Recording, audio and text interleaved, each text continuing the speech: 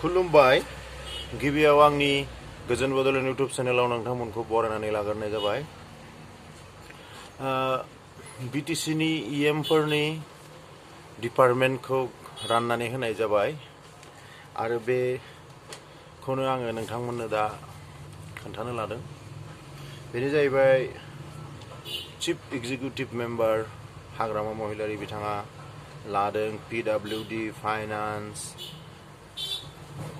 PNR, panchayat and rural development, बेनिफ्राय sports and youth welfare, cultural affairs, बिदिनो बिथाङा गासै 6टा बिभाग लादों।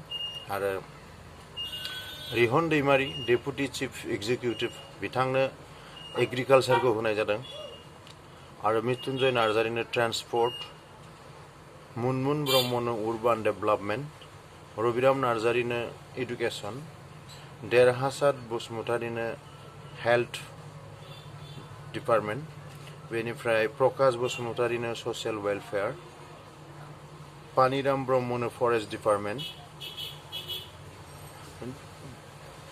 धीराज बरगयारिनो सयल एन्ड कनजारभेसन,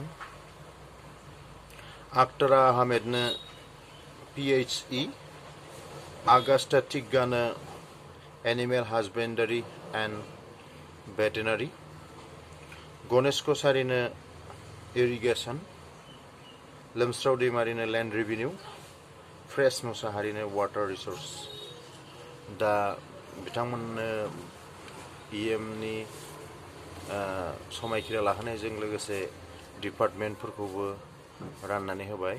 दा बिथांमोनहा गावबागाव डिपार्टमेन्टआव एकदम मोजाङै खामानि मावनो मोन्थाय मोनबाय, पावार मोनबाय। दा बिथांमोनखौ साफ्रोमखौबो गोजोन हामलाय हरबाय। एसेनोसै, गोजोन्थों।